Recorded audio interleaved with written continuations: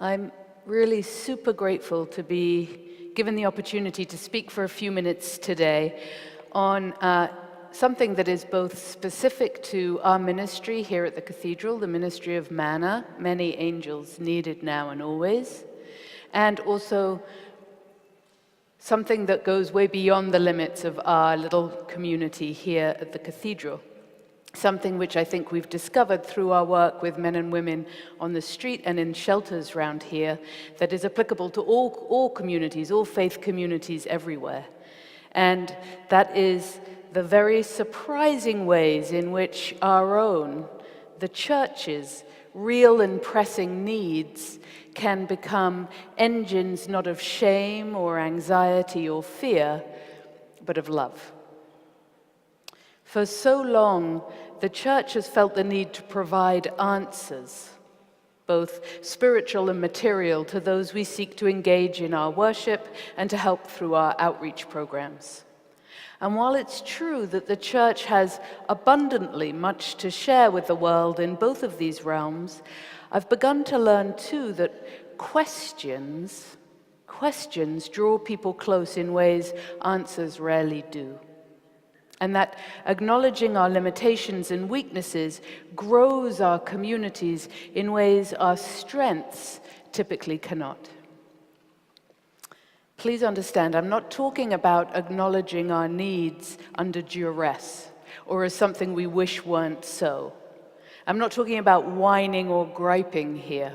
There's no embarrassment or shame. Having needs, being incomplete, needing the other, isn't a fleeting state we need to pass through in order to find wholeness or success. Instead, it's just the simple and ongoing truth of who we are. We have gifts to share, certainly, our tradition and inherited wisdom and physical space often, right? And most centrally, of course, at least a passing knowledge of the truth of Jesus and of his love. But we are also sorely limited and cramped and narrow, and we need to expand. Always and every one of us, we need to expand internally in order to grow and develop and become. And for that, we need the friendship and the gifts and the wisdom of as many different kinds of people as possible. What was it someone once said? We need the whole world to hear the whole gospel. Something like that. And it's true. So it's not that we have something to share only, though you would think that it is, because we spend so much time as a church trying to figure out how best to share what we think we know, right? We also, and equally, have a real need to receive from those we're trying to reach as well. And acknowledging that need changes everything, because it changes the dynamic of the relationships we allow ourselves to enter into. No longer benevolent donors and generous hosts welcoming people into our home, we become instead a people seeking to make a home with others, and to have that home be as much theirs as ours, to really give away all that we have, including our ownership of what we have. Here's another way of saying what I'm trying to say. We need to move beyond welcoming to sharing our very belonging. Welcome is great. Welcome is essential. Welcome is huge. But welcome, I'm coming to understand, isn't the end of the story, but rather the beginning. The entranceway into a space of real and mutually nourishing community formed by all of us together. Community that is birthed by the actual, often messy, give and take of needs and solutions to those needs by every one of us, housed and unhoused, rich and poor, well-educated, over-educated, mentally challenged, everyone. Let me tell you a story to explain what I mean. One of the men in these slides, a man who you may see here praying with the crucified Jesus, is named Raymond. And he first came to our community one January afternoon during a blizzard. He was clearly grateful and relieved to be in out of the cold, but it was when he saw the crucifix on the wall that he really rejoiced. Raymond's eyes grew wide, and snatching off his hat with a startled kind of surprise and joy, he said, "Jesus is here with us too?" From then on, unsurprisingly, I spent as much time with Raymond as I could. We had a warm place and good food to offer him, and the company of others who welcomed him without judgment or reserve. And he, Raymond, he had the mystical choir of angels to offer us. I mean, literally. Because Raymond saw angels everywhere he went. And within a month or two, he was getting to church early each week so he could light the candles on the altar, this high altar, because he liked nothing more in the world than to watch the angels he could see dancing right there in the heart of each flickering flame.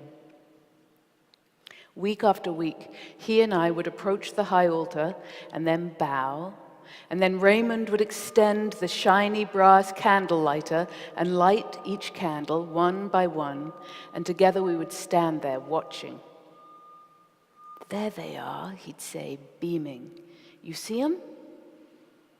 And every week I'd look and look and look, and finally have to say, "No, Raymond, I still can't see them. Not yet." And then he'd say, with a little sadness and great generosity, "Well, don't worry, Reverend. Maybe you'll see them next week." And then we'd hug and get on with our preparations for worship. Raymond had the eyes to see, and we had the candles and the altar to place them on. We needed each other, and so we grew together, both individually and as a community. This is, of course, just one tiny example of how acknowledging our own need for each other builds belonging and growth. And it's silly in a way, I know, or at least light-hearted. But the point is, and it's a real one, that a creaky old outreach ministry here at the cathedral, a soup kitchen, with little or no connection to the church, became a thriving worshiping community with multiple services and weekly programs and hundreds of members through thousands of little exchanges just like this one, entered into and celebrated day after day after day.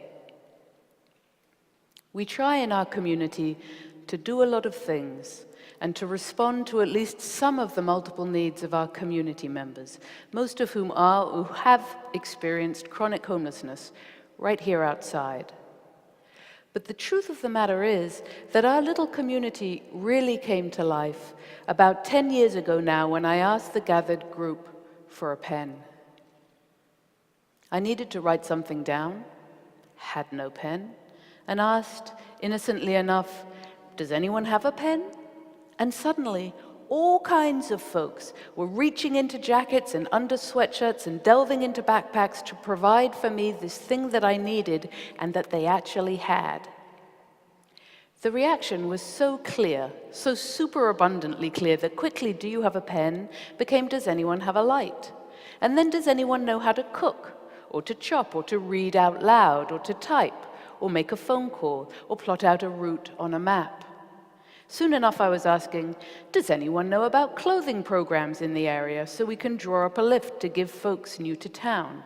Or does anyone know anything about serving food or cooking rice?" I was still working on that one. "Or sitting down at a table to be a welcoming presence? Does anyone know anything about fear or about the political machinations in Washington?" which is a particularly toxic subject still, and which I only asked once. "Does anyone know anything about car mechanics or truck licenses or what can be helpful when it's raining out and the shelters are full and there's no obvious place to go?" Whatever it is, there is always someone in our little community who knows a lot about it. And so we all grow and learn and come to develop a real community based on respect for persons of all kinds.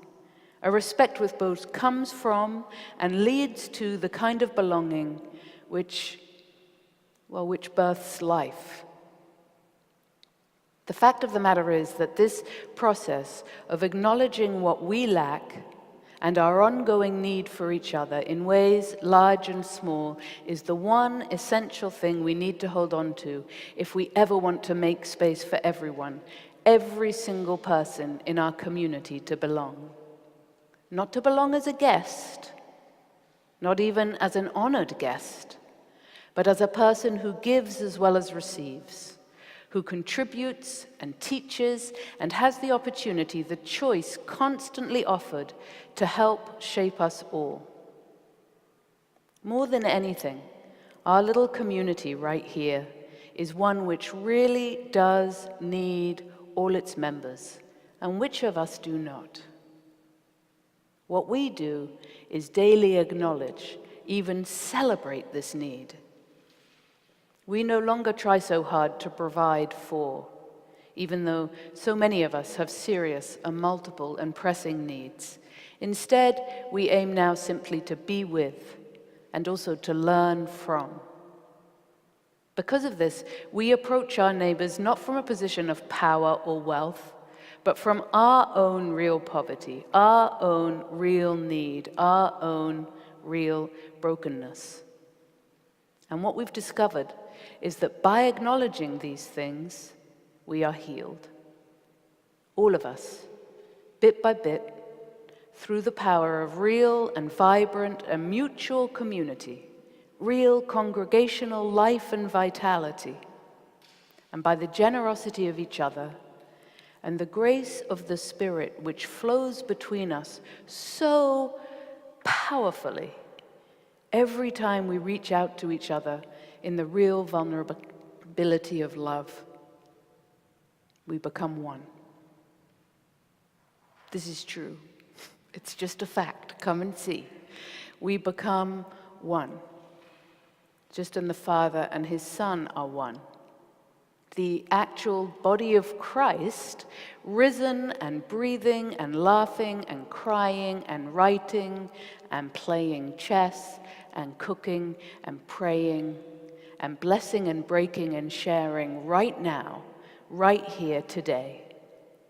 In a booming congregation, yes, but more importantly in something that feels like the very kingdom of heaven, which Jesus came to remind us always is right here among us always, right?